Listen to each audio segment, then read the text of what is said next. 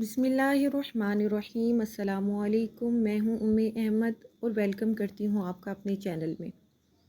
मेरा आज का टॉपिक है रात देर तक जागना और दिन देर तक सोते रहना। ये खसारे के सौदे एक तबाहकुन आदत है।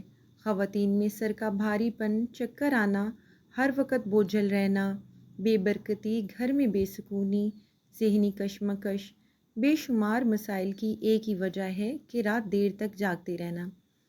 वीडियो को एंड तक लाजमी देखिएगा, हो सकता है आप भी इस बुरी आदत पर काबू पा लें, क्योंकि ज़िंदगी में सबसे बड़ा ख़जाना हमारी सेहत है।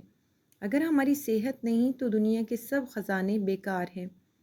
आपने कभी गौर किया है कि हमारी ज़िंदगियां बेतरतीब हैं, बेसुकून और बोझल क्यों होती जा रही हैं? हम में से अक्सर लोग एक ऐसी आदत को मामूली समझकर अपनाए हुए हैं जो बज़ाहिर कुछ भी नहीं, लेकिन अंदर ही अंदर हमें जिस्मानी, ज़हनी और रूहानी तौर पर खोखला कर रही हैं। और वो है रात देर तक जागना और दिन चढ़े तक सोते रहना। ये फ़कत एक मामूल नहीं है, ये एक मुकम्मल तर्ज़ ज़िंदगी है जो इंसान को अल्लाह के बनाए हुए निज़ाम फ़ितरत से काट रही है। और जब कोई इंसान फ़ितरत से टकराए तो इसके नसीब में खसारे के सौदे ही लिखे जाते हैं। कुछ पॉइंट हैं जो मैं आपके साथ शेयर करूंगी। सुबह की बरकत क्यों जाती रही? हमारे बुज़ुर्ग कहा करते थे, दिन चढ़े तक सोना नहूसत लाता है, और हम कहते हैं नींद तो नींद है, रात को हो या दिन को।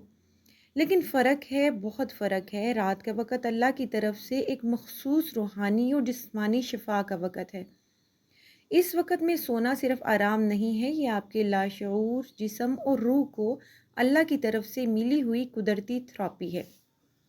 जिन घरों में सुबह नहीं होती वहाँ बरकत नहीं होती। मैंने इन घरों को बिखरते देखा है जहाँ दिन 1 बजे नाश्ता होता है, रात 3 बजे नींद आती है और फ़ख्रिया के हम आज़ाद हैं। मगर इन घरों में ज़हनी बीमारियाँ आम हैं, दिल बोझल हैं, बेचैनी हर कमरे में घूमती है। दुआएं सुनी नहीं जाती क्योंकि हमारे सजदे ही नहीं होते। नंबर 2 पे है रात जागने के साइड इफ़ेक्ट्स। नंबर 1 पे है जल्द बूढ़ा होना, याददाश्त कमज़ोर होना, इम्यून सिस्टम का तबाह होना, मुश्किलात में हिम्मत ख़त्म होना, गलत फ़ैसले करना और हर बात पर गुस्सा आना, डिप्रेशन, एंग्जाइटी और ख़ुदकुशी की तरफ झुकाव बढ़ जाना।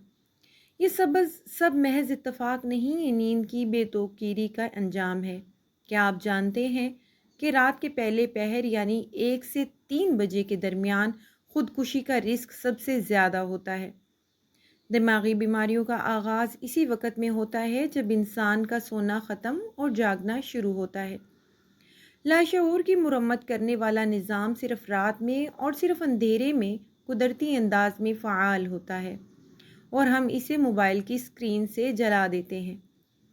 रूहानी नुक्ता नज़र। अल्लाह करीम ने रात को सुकून, सजदे और शफा याबी के लिए बनाया है। कुरान करीम कहता है, और हमने रात को तुम्हारे लिए लिबास बनाया। सूरत नबा आयत नंबर 10। यानी रात इंसान की रूह और बदन के लिए एक ढाल है। जब आप इस ढाल को छोड़ देते हैं तो आप दुश्मन के वार के लिए ख़ुद को नंगा कर देते हैं। अब सवाल ये है कि सुबह उठकर करना क्या है।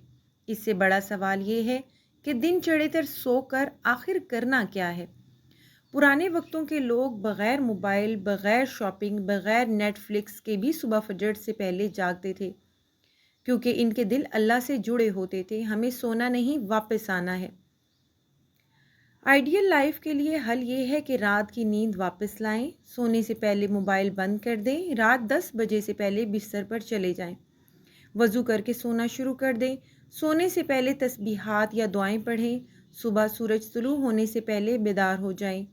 यही वो ट्रिक्स थे जो राह नूर के तलाल को भी सुकून की नींद दिए गए थे।